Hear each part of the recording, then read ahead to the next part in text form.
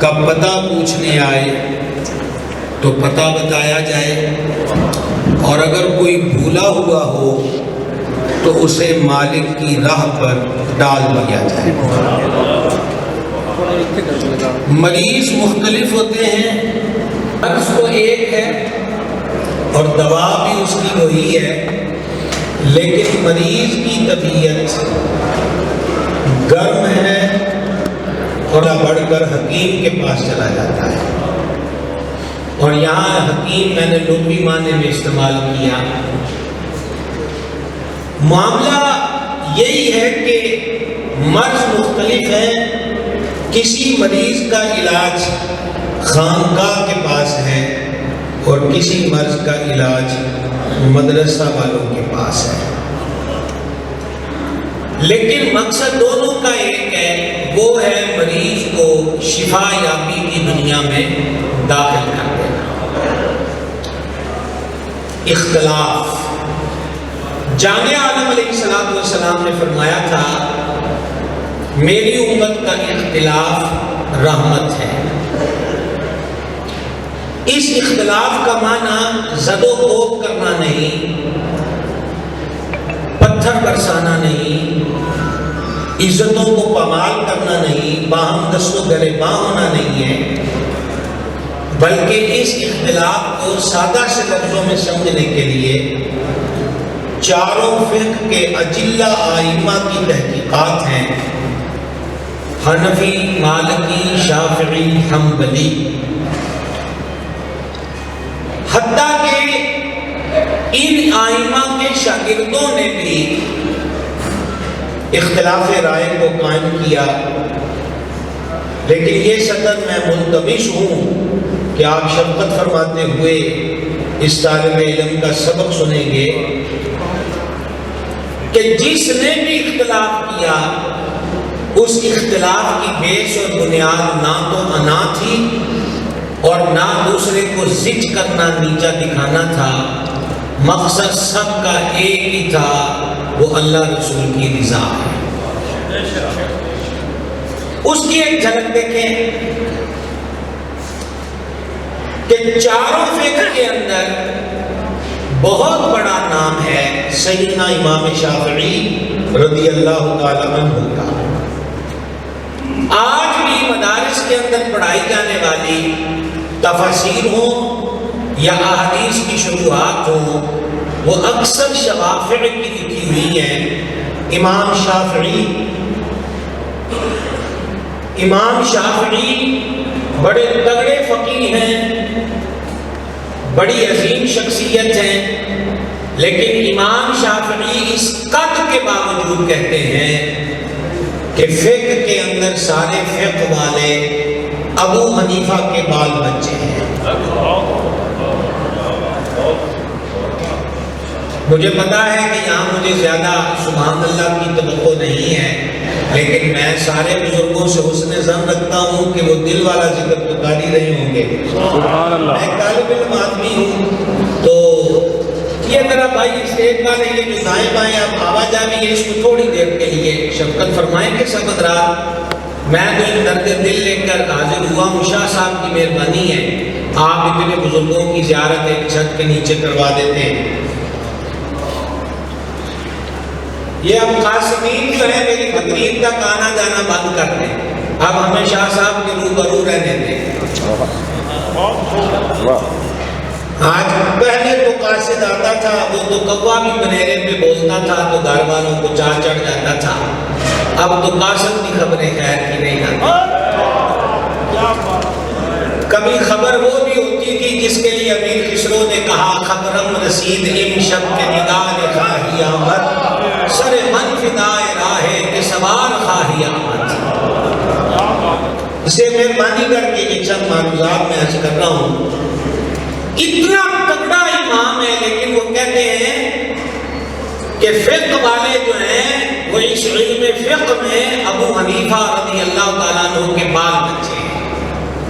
ابھی میں نے عرض کیا کہ اختلاف رہا اور میرے کریم نے اس اختلاف کو رحمت فرمایا، کیونکہ یہ اختلاف انا کے لیے نہیں، ضد کے لیے نہیں، تعصب میں نہیں، اپنی بالادستی کے لیے نہیں، اپنی قد و قامت کو ظاہر کرنے کے لیے نہیں، اپنے علم کے عروج کو عیاں کرنے کے لیے نہیں، دوسرے کو زج کرنے کے لیے نہیں، پائمال کرنے کے لیے نہیں تھا۔ اور اس کی دوسری مثال میں یہی حضرت امام شافعی رضی اللہ تعالیٰ عنہ، آپ اندازہ کریں جس فقہ شافعی کے پیروکاروں میں امام شرف الدین نووی جیسی ہستیاں ہوں۔ ہم اہل سنت ہوں یا دیگر مکاتب فکر، کون نہیں جانتا کہ جب مسلم شریف کی شرح پڑھائی جاتی ہے تو امام شرف الدین نووی کی شرح چلتی ہے۔ جس فقہ کے اندر اپنے وقت کا مجدد امام جلیل جلال الدین سیوطی شافعی جو صاحب حضوری ہے، لیکن آپ یقیناً شفقت مجھ پہ فرما رہے ہیں اور میری معروضات کو سن رہے ہیں، حیرانگی ہوتی ہے یہ دیکھ کر کہ امام اعظم رفع یدین نہیں کرتے تھے، حدیث پر عمل کرتے تھے، اور امام شافعی رفع یدین نماز میں کرتے تھے، ان کے سامنے بھی حدیث تھی۔ یہ امام شافعی جب امام اعظم کے مزار پہ آتے، پتہ چلا امام چاروں ہی سنی ہیں، کیونکہ مزاروں پہ آنے جانے والے تھے۔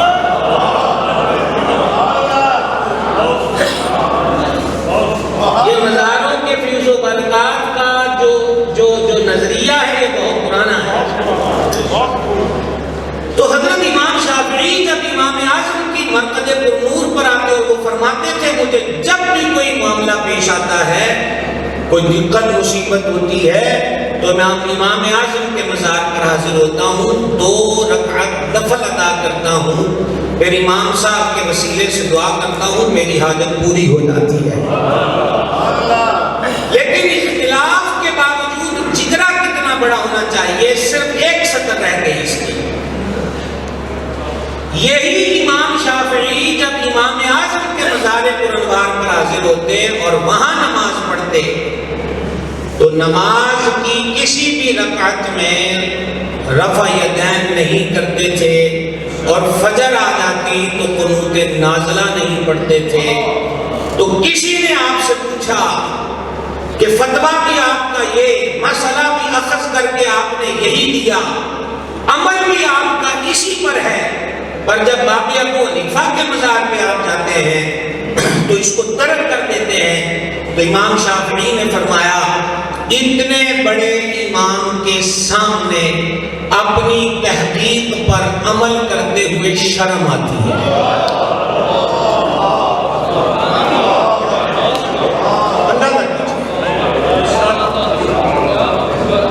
مسئلہ اپنی جگہ ہی ہے، یہ رفع یدین کریں گے وہ نہیں کریں گے، یہ قنوت نازلہ پڑھیں گے وہ نہیں پڑھیں گے،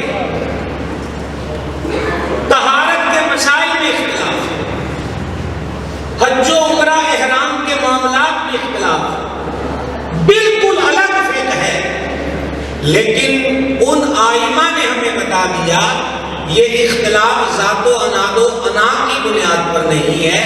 میرے پاس یہ حدیث ہے، امام صاحب کے پاس وہ حدیث ہے، لیکن انہوں نے ایک بات ثابت کر دی امام شافعی نے کہ کتنا بھی پڑھ لکھ جاؤ بڑے بڑے ہی ہوتے ہیں،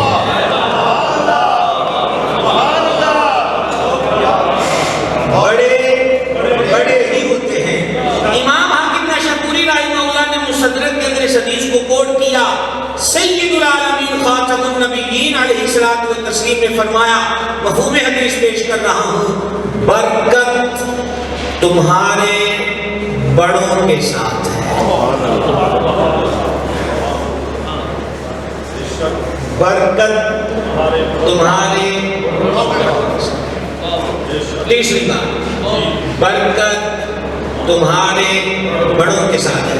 پتہ یہ چلا اگر برکت کے دائرے میں رہنا ہے تو پھر بڑوں کے ساتھ رہنا ہے، اور آج جتنی بھی بے برکتیاں ہم اہل سنت میں ہیں اس کا ایک سبب یہی ہے کہ ہم برکت والوں کے ساتھ ہی نہیں ہیں، معذرت کے ساتھ، تو برکت کدھر سے آئے؟ یہ تو تھا مدرسے والوں کا اختلاف۔ اب آپ کو خانقاہ کا ایک نظارہ کراؤں۔ سلطان المشائخ سرکار سیدنا خواجہ نظام الدین اولیاء محبوب الہی رضی اللہ تعالی عنہ بیمار ہوئے اور وہی ان کی ظاہری حیات طیبہ کے آخری ایام تھے. خواجہ نظام کی تیمارداری کرنے تشریف لائے رکن الدین والملہ سرکار سیدنا شاہ رکن عالم رضی اللہ تعالی عنہ. اگلے لفظ میں بات میں عرض کرتا ہوں، پہلے یاد ہی سکر آپ اسی طرح شرکت کرتے ہوئے سماعت فرمائیں گے کہ سیدنا شاہ رکن عالم نے خواجہ نظام الدین اولیاء سے یوں کہا. پہلے تو جب شاہ رکن عالم آئے ہیں تو خواجہ نظام کی ظاہری حالت ایسی تھی کہ آپ کھڑے نہیں ہو سکے، تو محبوب الہی کی آنکھیں تر تھیں اور شاہ رکن عالم سے کہنے لگے مجھے معاف کیجئے گا، میں آپ کے لیے کھڑا نہیں ہو سکا.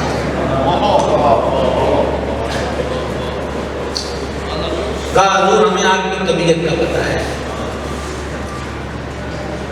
میں ایک درخواست لے کر آیا ہوں اور وہ ذی الحج شریف کا مہینہ تھا. ایک بات بیچ میں اور بھی ہے، پر جب سے یہ کیمرے آ گئے ہیں نا ساری باتیں کہیں نہیں جا سکتی کیونکہ ساری سب کو ہضم نہیں ہوتی. اور ایک یہ جو کلپ باز ہیں اگرچہ انہیں باز نہیں کہنا چاہیے، باز کی تو پرواز ہی بڑی اونچی ہوتی ہے، یہ تو زاغ سے بلندی کی طرف نہیں اڑتے تو باز کیوں کہیے.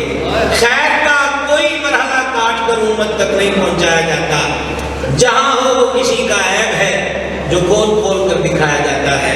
خیر لیکن وہ بھی وہ میری بنائی ہوئی بات نہیں ہے، وہ تذکرہ پڑھے تو وہ بات بھی ہے لیکن وہ کوئی بری بھی نہیں ہے، کمال کی بات ہے پر ہر کسی کے سمجھ میں آنے والی نہیں ہے. تو وہ جناب آپ کی سب کا جناب میں کوشش کروں گا، اگرچہ اس کے بعد اگلا حصہ اصل میں حج کے دن تھے اور سردار شاہ رکن عالم پہلے کئی مرتبہ حج کر چکے تھے، کئی حج، اور آپ جانتے ہیں کہ زندگی میں ایک مرتبہ حج فرض ہے صاحب استطاعت پر، بعد میں جتنے بھی کرے گا وہ نفلی حج میں ہی شامل ہوں گے. تو کہا جی کہ سب لوگ جا رہے چلے گئے حج پر اور آج حج والوں کے وقوف کا دن ہے، تو میں نے کہا وہ وہاں جا کے حج کر رہے ہیں تو کسی اللہ والے کی زیارت کرنا بھی اس اجر سے کم نہیں ہے. تو اس لیے شاہ رکن عالم آپ کے دیدار کو آ گیا ہے. سمجھ کے بات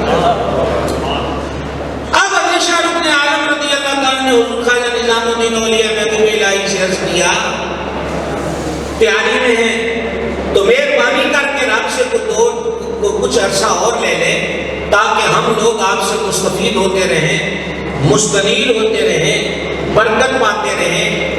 آپ کی دعا بے اثر نہیں ہوگی، زندگی بڑھوا دیجیے.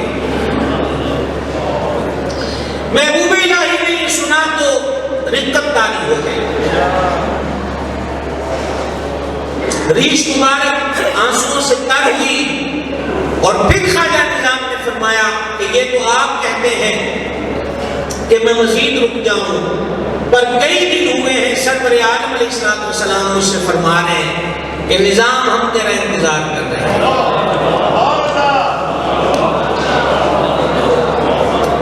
اب یہ جو میں بات آپ کے سامنے رکھی تو آپ اگر یہ سوچ رہے ہو کہ اس میں اختلاف والی بات کون سی تھی تو وہ میں توجہ دلانا یہ چاہتا ہوں کہ خواجہ نظام ہے چشتی اور شاہ رکن عالم ہے سہروردی،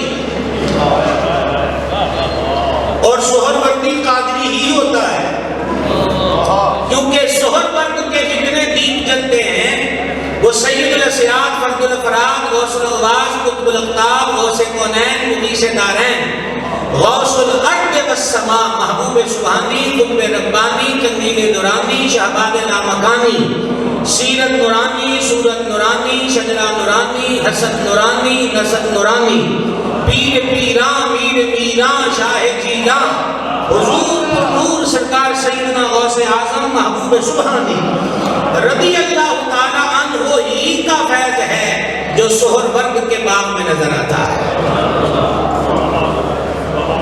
تو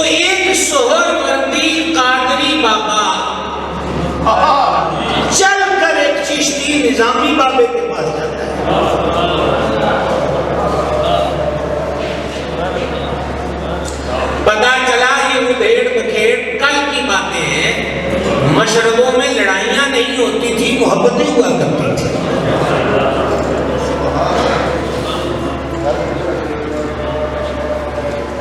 خواجہ نظام کے پاس، چشتی کے پاس، جنہوں نے چشتیت کو نظامیت کا حسن بخشا. حضرت میں نے کہا تھا کوئی قاصد نہ آئے.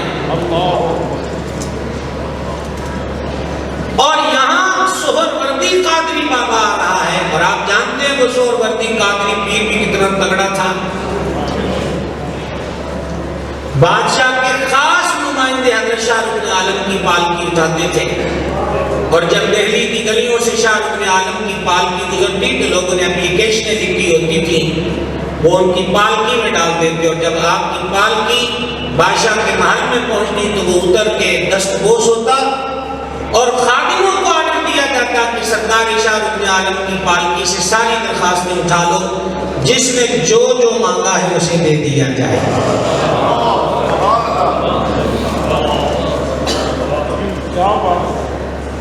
نہ مدرسہ میں اختلاف تھا، نہ خانقاہ میں اختلاف تھا. صرف یہی کہہ کر ہم نہیں آگے گزر سکتے کہ مولوی لڑتے ہیں، لڑ تو پیر بھی رہے ہیں، لیکن اگر لڑائی کا مقصد دین کی ترقی ہو اور طالب کے دل کی صفائی اور تزکیہ ہو تو ویلکم ہے ایسی لڑائی کو. لیکن اگر صرف زج کرنا ہو اور صرف قتل بیونت کرنی ہو تو یہ رسوائی کا سامان ہے، اور یہ کسی الگ الگ گھر کا نقصان نہیں، کیونکہ گھر تو ایک ہے. ایک کمرے میں ایک بھائی رہتا ہے، دوسرے میں دوسرا بھائی رہتا ہے، تیسرا بیٹھک میں رہتا ہے. آج اس کے کمرے کی کسی نے اینٹ اکھیڑ لی تو دوسرا خوش ہو کہ چلو اچھا ہوا، اور کل اس کے کمرے کی کوئی اینٹ اکھاڑ لے اور یہ تالی بجائے کہ اچھا ہوا. کیوں نہیں سمجھتے کہ چھت تو دونوں کی دیوار پر کھڑی ہے، یہ کمزور ہوگا تو تب بھی چھت گرے گی، وہ کمزور ہوگا تو تب بھی چھت گرے گی، اور نقصان تو مکینوں کا ہوگا.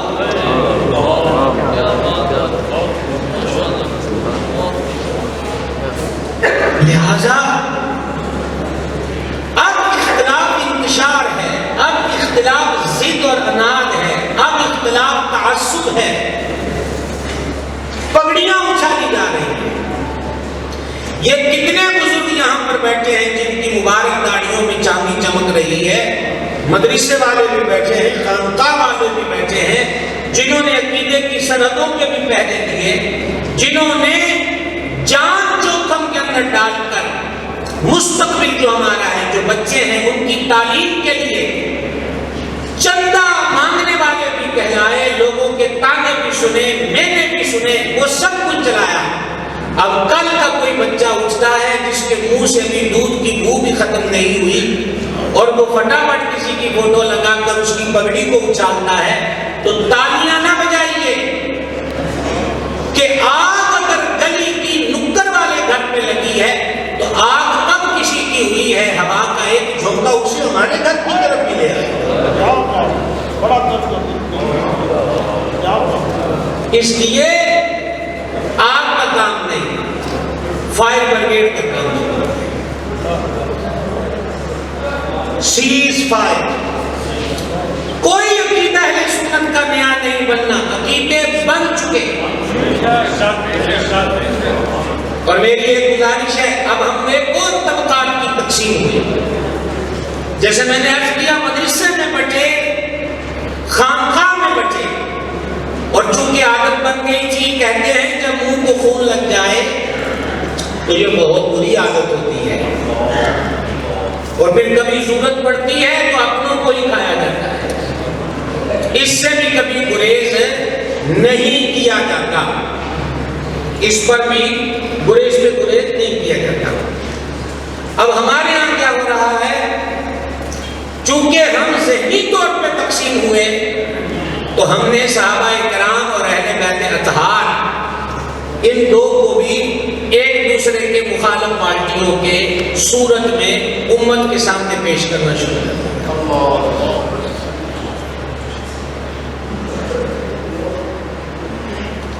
انجام گلستان کیا ہو؟ غیروں کا جاسوس ہم فریب،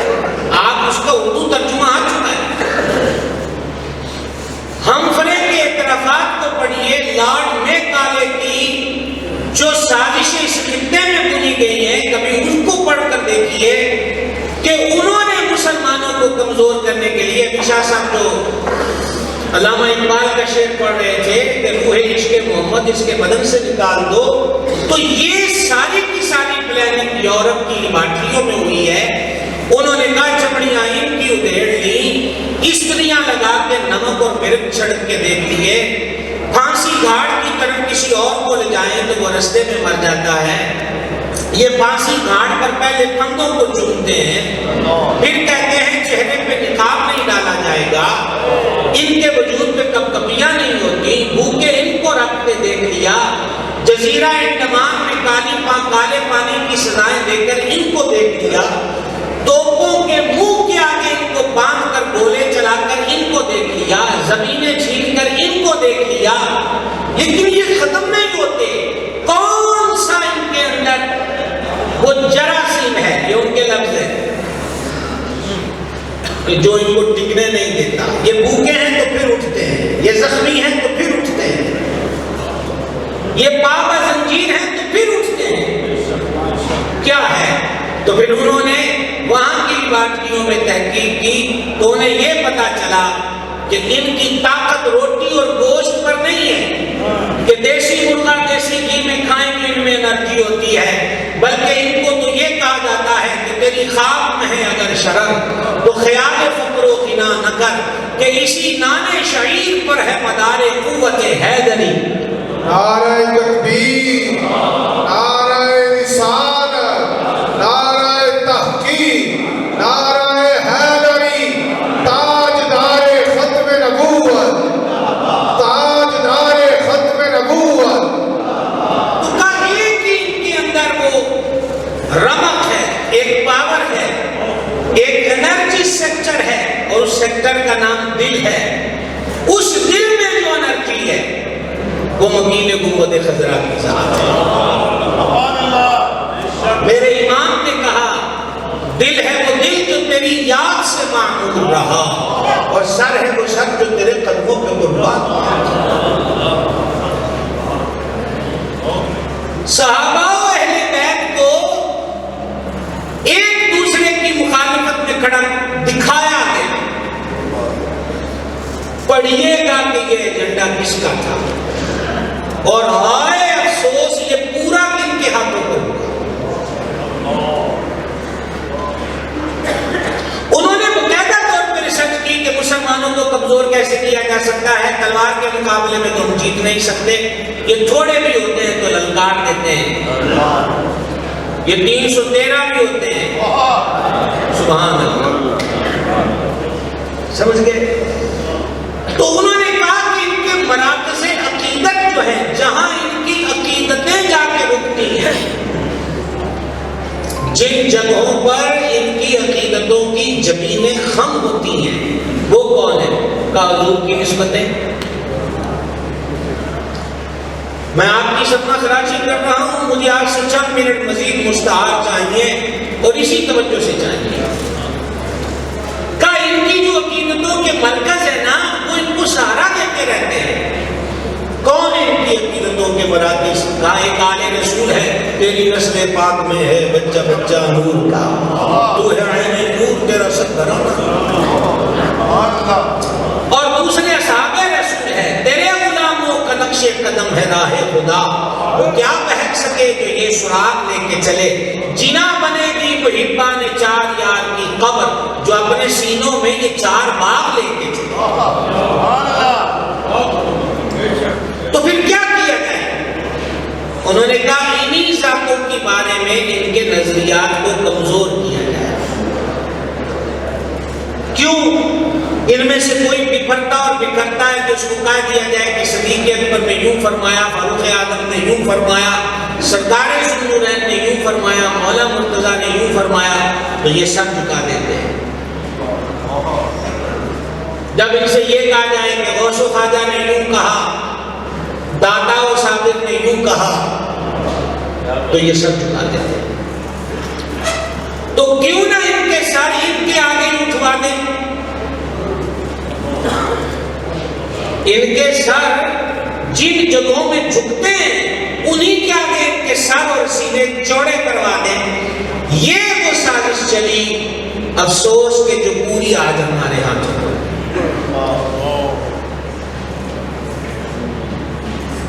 کبھی ہم نعروں پہ لڑنے لگ گئے، کبھی ہماری لڑائی ختموں پر ہے، سال لگ گئے۔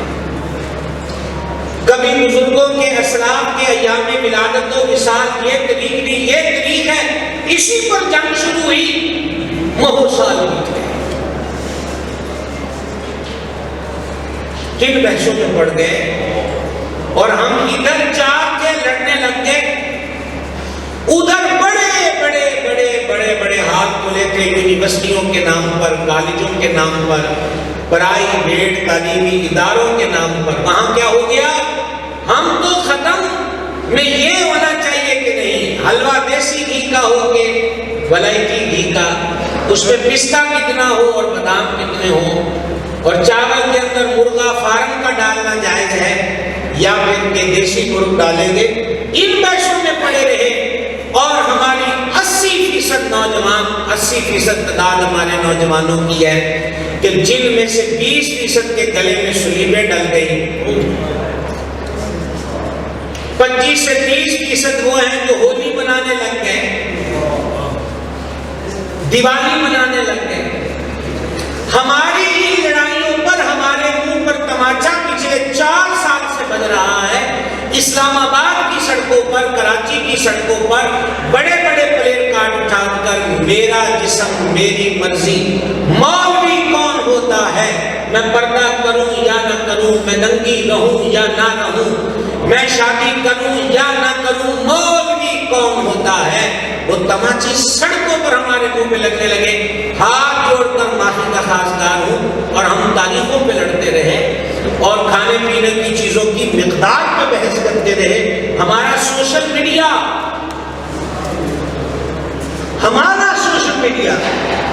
کس چیز میں استعمال ہو رہا ہے، اس سوشل میڈیا نے کیا رخ اختیار کر رکھا ہے۔ آپ لکھ لیجئے کہ مولانا صاحب نے آخرت سنوارنے کے بہترین طریقے بتائے ہیں، آخرت سنوارنے کے۔ یہ اوپر لکھ لیجئے جس کو آپ بولتے ہیں تھام دل، کہ مولانا نے آخرت سنوارنے کے بہترین نسخے بتائے ہیں۔ تو 10-15 دن کے بعد بھی دیکھیے، علامہ فروخہ سیدی صاحب کی لائن کتاب یہاں تشریف لائیں، دلہ ہیں آپ بزرگ کے، یہ یہاں آئیں گے۔ اچھا، قیادت کے ساتھ مرحبا، صد مرحبا۔ اگر یہ لکھ دیجئے کہ آخرت سنوارنے کے مولانا نے بہترین نسخے بتائے ہیں، تو وہ پوسٹ لگانے والا 10 دن بعد بھی دیکھتا ہے تو بولتا ہے 79 افراد نے اس کو دیکھا ہے۔ نعرہ تکبیر، نعرہ رسالت، نعرہ تحقیق، نعرہ حیدری، نعرہ غوثیہ، اللہ محمد 4 یار حاجی خواجہ مظفری، تاجدار ختم نبوت، تاجدار ختم نبوت۔ 79 افراد نے 20 دن گزر گئے، اب 82 ہو گئے کہ جنہوں نے دیکھا ہے۔ تو اب کیا ہوتا ہے، اب مجھے بھی شوق ہے کہ میرے دیکھنے والوں کی تعداد بڑھے، تو بولے مارکیٹ میں جو چلتا ہے وہ کیجیے۔ تو مارکیٹ میں یہ چلتا ہے، مولوی صاحب نے خوب چھترول کی، یہ تھا مجھے لگائیے، 1 گھنٹہ نہ گزر گیا وہ 79 تھے، اور یہ 79,000 ہو گئے دیکھنے والے۔ تو جو قوم چھترول کے عنوان کو شوق سے دیکھتی ہو اور دنیا اور آخرت کے سنوارنے کی بات کم سنتی دیکھتی ہو، قصور کس کا؟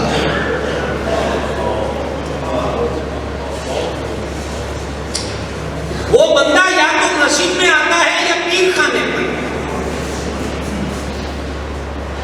مسجد کا مولوی صاحب اسے کچھ نہیں دے سکا تو خانقاہ کا پیر کو اسے کچھ دے، خانقاہ کے پیر نے اس کو نہیں دیا تو مسجد کا مولوی صاحب تو اس کو پوچھتے ہیں، اور اگر دونوں جگہوں سے خالی پلٹ آیا،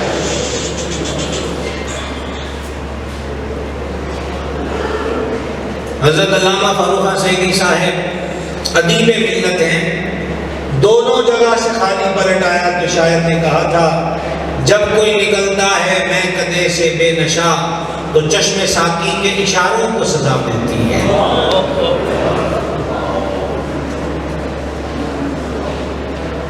وگرنہ حالات تو آج یہ ہو گئے کہ کوئی سمجھدار بھرم رکھنا چاہے تو اس کا حالات تو یہ ہو گئے کہ میں کدے سے تو نکلے تھے بے نشا، بدنامی ہے میں خانہ نہ ہو لڑکھڑا کے چل دیے۔ صورتحال تو یہ رہ گئی کہ نکلے تو بے نشا ہیں، ویسے لڑکھڑا رہے ہیں کہ نہیں ساقی نے کچھ پلا کے بھیجا ہے۔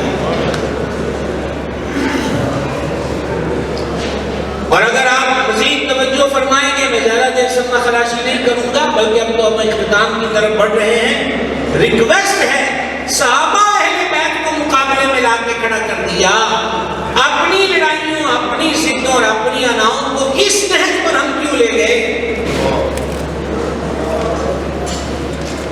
ہم کہہ رہے ہیں کہ وہ آپس میں لڑنے والے اور ضد والے لوگ تھے، اور رب کا قرآن کہہ رہا ہے رحماء بینہم، وہ آپس میں بڑے ہی مہربان ہیں۔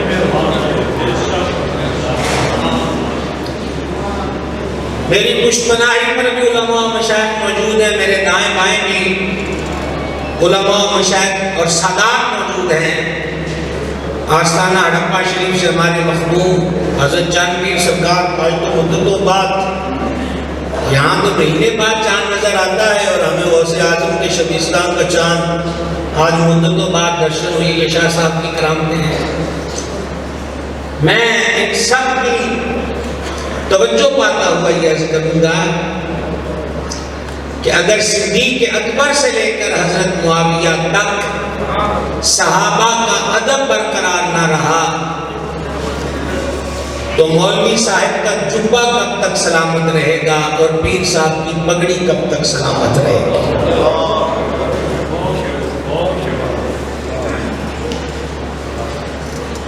بیعت بھی نہیں کر رہا، ایک دل جلا ہوں اور 34 سال کا مسافر ہوں، کریا کریا پھرے ہیں۔ اعلیٰ حضرت نے کہا تھا جہاں کی خاک روبی نے چمن آرا کیا تجھ کو، صبا ہم نے بھی ان گلیوں کی کچھ دن خاک چھانی ہے۔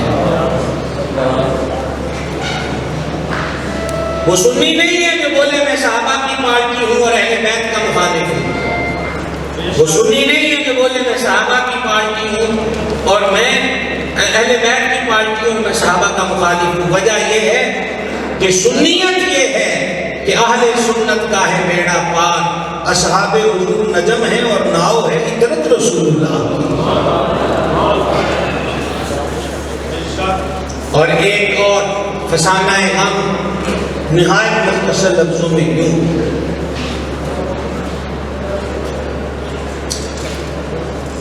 اگر ضرورت اس لفظ کے بغیر میرے پاس کوئی اور لفظ ہوتا دماغ کی ڈکشنری میں تو میں اس کو استعمال کرتا، کیونکہ اللہ تعالیٰ کے ہاں برادری کی وجہ سے عزت نہیں ہوتی، سادات سادات ہے، برادری کی وجہ سے عزت نہیں ہوتی، فرما وہ شان والا ہے جو تقوی والا ہے۔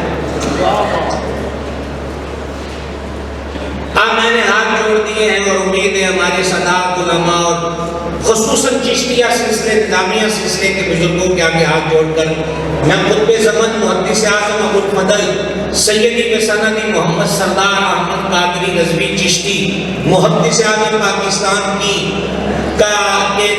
آستانہ قدس سے فیض یافتہ حضور سیدی بسندی مدر طریقت پیر محمد عبدالرشید قادری رضوی کا غلام ہوں۔ میرا دادا پیر قادری رضوی بھی ہے اور چشتی صابری بھی ہے، حضور محدث اعظم۔ ہاتھ جوڑ کے عرض کرنا چاہتا ہوں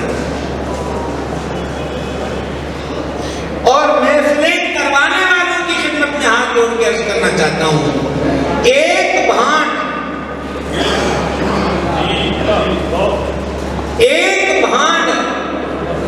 جس کو پیسہ ملے وہ باڑے میں بھی پڑ آئے اور وہ آپ کے آستانے پہ بھی آئے۔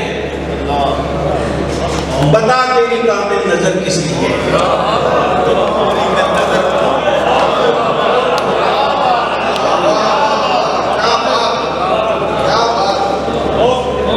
اور شعر و شاعری میں الجھا کر بدگماشوں کی شاعری، بدگماشوں کی شاعری، اب وہ ہمارا مسلک طے کریں گے اور ہمارا عقیدہ طے کریں گے۔ آج نقیبوں کی نقابت کے جملے مسلک کی اصطلاح بنیں گے۔ کسی ناکام کا سور لے تال میں عقیدے کے بارے میں بے سنی بات کرنا، کیا وہ ہمارے لیے سند اور دلیل بنے گا؟ اے گروہ علماء اور اے میرے سر کے تاج مشاہد، تمیزی برپا کر رہے ہیں، کیا آپ نے طے کر لیا ہے کہ اب وہ نعرہ جو خواجہ نظام سے چلا تھا، اللہ محمد حاجی خواجہ قطب فرید، میں آپ سے پوچھنا چاہتا ہوں، کیا خواجہ نظام الدین کے دیے ہوئے نعرے سے 4 یار نکال دیے جائیں گے؟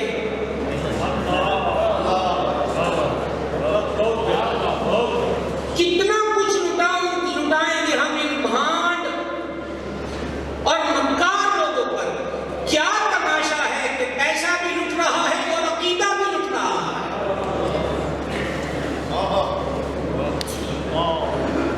کب وہ 2 مہینے ہمیں مجلسوں میں نظر آئے، 8 مہینے وہ آپ کی محفلوں میں نظر آئے، پھر ہم کیا ہیں؟ تماشبین اور تماشاگر۔ اس دین سے یہی تماشا ہوتا رہے گا جس دین کو بچانے کے لیے آستانہ عالیہ مدینہ شریف کا سجادہ نشین مصطفیٰ جان رحمت کے سینے پہ پرورش پانے والا ہمارا امام سید عرش مقام سارے ناز و نعم کو چھوڑ کر کربلا کی تپتی ہوئی ریت کو مسکن بنائے۔ ہر پیر کو آستانہ عالیہ مدینہ شریف کے سجادہ نشین نے بتا دیا تھا کہ چاہے دین کے خلاف سازشیں دمشق میں ہو رہی ہوں، شام میں ہو رہی ہوں یا کوفہ میں ہو رہی ہوں اور ہم مدینے میں بیٹھے ہوں، اب گھر میں نہیں بیٹھیں گے، باہر نکلیں گے۔ اور اگر یہ ڈر ہو کہ مرید کم ہو جائیں گے، اس مرید کا فائدہ ہی کیا جو بک نہ سکا؟ آپ اس کو کس پنجرے میں رکھنا چاہتے ہیں؟ جنہوں نے شیر بھی پالے ہوتے ہیں وہ بھی ان کو آزاد چھوڑتے ہیں، پتا ہے کہ ہمیں نہیں کاٹے گا۔ لوگوں نے چڑیاں بھی رکھی ہوں تو وہ بھی کھلی چھوڑ دیتے ہیں، پتا ہے کہ شام کو لوٹے گا تو سیدھا یہی آئے گا۔ پھر ہمیں مریدوں کی تربیت کی بھی ضرورت ہے کہ یہ بھی ہر شاخ پہ چہچہانا نہ شروع کر دیں۔ ہمارے یہاں تربیت، میں بہت سارے مشاہد مہربان ہیں، مجھ پہ کرم فرمائیں، میں خلوتوں میں ان کی خدمت میں عرض کرتا ہوں، میں نے کہا آپ نے مجھے بلایا ہے، میں نے تقریر کی ہے، لیکن عرس پہ آپ کے مرید آئے ہوتے ہیں، چاہے 15 منٹ کی گفتگو کیجئے، اپنے مریدوں کو ضرور بتایا کیجئے کہ تم کس کے ہو۔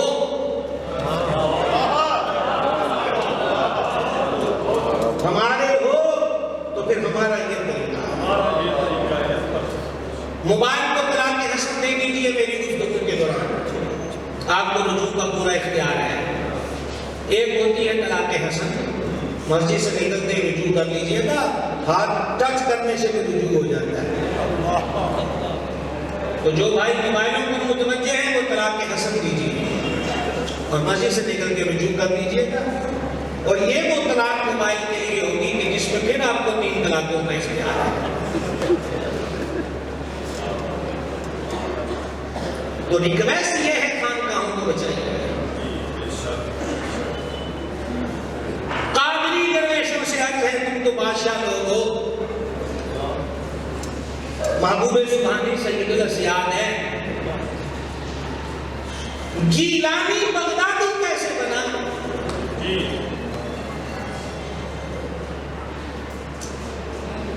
جو والدہ کے بدن جلیل میں 15 پارے حفظ کر لیں، وہ علم کون سا تھا جو جا کے بغداد سیکھنا تھا؟ درست علم حتی صرت خطبہ، ابھی ہم علم سیکھنے سکھانے میں تھے کہ خطبے وقت بن گئے۔ محبوب سبحانی غوث اعظم دستگیر نماز ظہر کے بعد یہ جو بولتے ہیں ہم تمہیں قرات کا کورس کروائیں گے. ہر روز محبوب سبحانی نماز ظہر کے بعد خانقاہ قادریہ آستانہ علیہ بغداد شریف میں لوگوں کو اس طرح قرآن پڑھاتے تھے.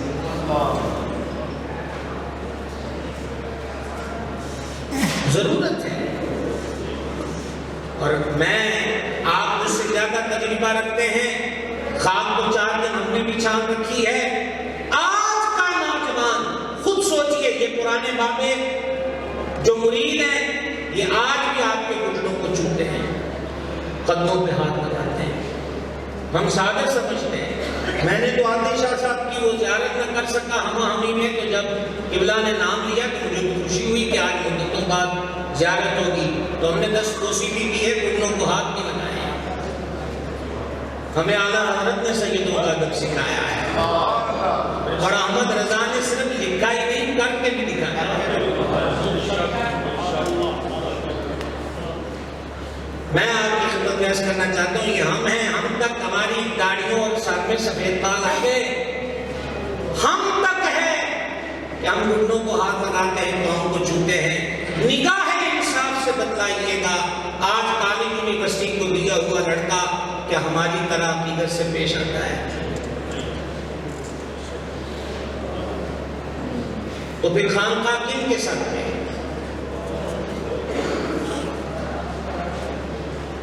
دواخانہ تو تب بولیے کہ کوئی بیمار ہو, بیمار ہی نہیں تو دواخانہ کس لیے؟ اس لیے تربیت کی ضرورت. ہماری خانقاہوں پر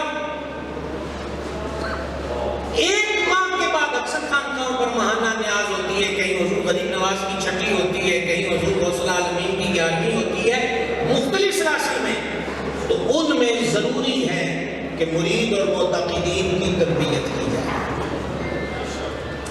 خواجہ نظام الدین اولیاء کی جناب میں آئے وہ فوائد فواد ملفوظات والے بابا جی, تو محبوب الہی نے ان سے فرمایا وہ تمہیں میں نے نفل بتائے تھے پڑھتے ہو؟ عرض کیا جی ہاں. فرما 2 رکعتیں اور پڑھا لینا, پہلی رکعت میں یہ پڑھنا, دوسری میں یہ پڑھنا, اور ایک اور بتاؤں گا. اتنی بات میں سمجھا سکا آپ بزرگوں کو. امیر اللہ فرماتے ہیں کہ اتنی بات کہہ کر محبوب الہی رونے لگ گئے, کافی دیر روتے تھے. اور جب اس کیفیت سے باہر آئے تو محبوب الہی نے فرمایا اسی طرح ایک دن مجھے شیخ شریف العالمین حضور گنج شکر میرے فرید انمائی نے رضی اللہ میرے فرید انمائی نے مجھ سے پوچھا تھا وہ تمہیں اتنی رکعتیں بتائی تھی پڑھتے ہو؟ تو میں نے عرض کیا جی حضور. فرما 2 رکعتوں کا اضافہ کر لو, اور پہلی میں یہ اور دوسری میں یہ, اور تمہیں کچھ اور بتاؤں گا. تو خواجہ نظام کہتے ہیں کہ تمہیں تیرا ہے گل کی ہے نا, تو میں نے فرید انمائی نے یاد آ سنایا ہے.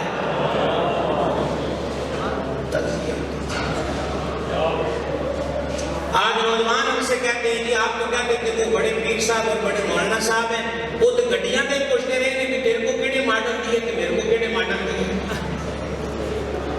ہم لاکھ کہیں کہ کوئی نظر نہیں رکھتے, لیکن یاد رہے کہ لوگ نظر ہم ہی پر رکھتے ہیں,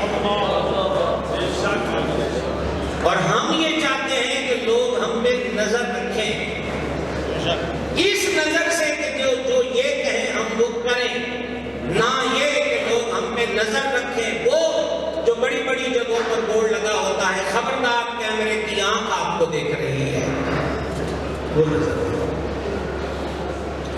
مساجد کی ائمہ سے ہاتھ جوڑ کے عرض ہے کانفرنس عقیدہ ختم نبوت کی, اور یہی آخری بات ہے آپ سے, عقیدہ ختم نبوت, عقیدہ ختم نبوت سلام آپ تمام علماء و مشائخ کو کہ جنہوں نے ہر موڑ پر اٹھے بھی ہیں, بیدار بھی ہوئے ہیں, میدان میں بھی اترے ہیں, لیکن ایک علاقے میں سال بعد ایک جلسہ پورے علاقے کو کفایت نہیں کرتا. اگر تمام ائمہ مساجد 5 نمازوں میں جس نماز میں مقتدی زیادہ ہوتے ہیں جب سلام پھیر لیں اور آیت الکرسی اور تسبیح سیدہ پڑھ لیں تو اس کے بعد ایک حدیث پڑھ دیا کریں, ایک حدیث لمبا چوڑا کام نہیں، 10-15 منٹ کا خطبہ نہیں ہونا چاہیے، بس سارے نمازی ایک حدیث سنو۔ حضور نے فرمایا خاتم النبی لا نبی بعدی، یہ حدیث اس حدیث کی کتاب میں لکھی ہے، میں آخری نبی ہوں، میرے بعد کوئی نبی نہیں۔ آپ کا مقتدی ہر روز آپ سے ایک حدیث سیکھ لے گا۔ پھر وہ 6-7 کتابیں ٹیبل میں رکھ کے جو دھوکہ دے کے کلپ بناتے ہیں 178 اور 789 اور 418 اور 469، کیا خیال ہے یہ بھاشا ہمیں نہیں آتی؟ آتی ہے نا؟ تو پڑھ کے سنائیں۔ یہ جو ہمارا نوجوان بیٹھتا اور ہم پوچھتے کیا ہونے کا کسانوں کس سے دوڑے بھائی یہ سکھائے، تسی گئے کس سے آڑے پاسے ہو، کچھ ہم سے کہا ہوتا، کچھ ہم سے سنا ہوتا۔ تو یہ چند گزارشات، چونکہ مجھے پتا نہیں ہے شاہ صاحب کچھ لکھ رہے تھے اور میں غیب کا علم تو رکھتا نہیں، لگتا کہ وقت تمام ہوا اور مجھے آخر میں خلیل المشائخ بدر طریقت والا مرتبت پیر سید خلیل الرحمن شاہ صاحب قبلہ دامن قادو عمر کے اس حصے میں جماعت اہل سنت کے کام کی ذمہ داری بڑھتے بڑھتے آپ کے کندھوں پر جو آئی ہے اور جس آسن انداز پر اس کو سر انجام دے رہے ہیں، اس کی مثال یہ آج کا اجتماع بھی ہے کہ کتنے کتنے ہیرے ایک چھت کے نیچے جمع ہوئے۔ اللہ رب العزت شاہ صاحب کو صحت سلامتی والی لمبی زندگی عطا فرمائے اور مالک کریم فضل اور کرم فرمائے۔ ایک بات کہنے سے میں رہ گیا، ذہن میں نہ رہی، یہ جو میرے بزرگ بیٹھے ہیں میں ان سے ایک پرانی یاد شیئر کرنا چاہتا ہوں آدھی سطر میں، کہ آپ کو یاد ہوگا کہ جب شب معراج آتی تھی تو چھتوں کے منڈیروں پر بنیروں پر دیے جلاتے تھے اور پھر موم بتیاں جلاتے تھے۔ سچ کہیے گا گزشتہ 4-5 سال سے معراج کا رجب کا سب سے بڑا موضوع معراج مصطفیٰ علیہ تحیۃ والسلام، وہ آج کتنا کی یاد ہے۔ میں نے یہی کہا کہ جو چیزیں محفوظ رکھنے کی تھی ہم انہیں ضائع کرتے ہیں۔ آج 2025 میں جدید ٹیکنالوجیوں کے دور میں بھی سب سے اولا ہمارا نبی، اور اعلیٰ حضرت کہتے ہیں سارے اونچوں سے اونچا سمجھیے جسے ہے اس اونچے سے اونچا ہمارا نبی۔ مالک کریم اس آستانے کو سلامت رکھے، وما علینا الا البلاغ۔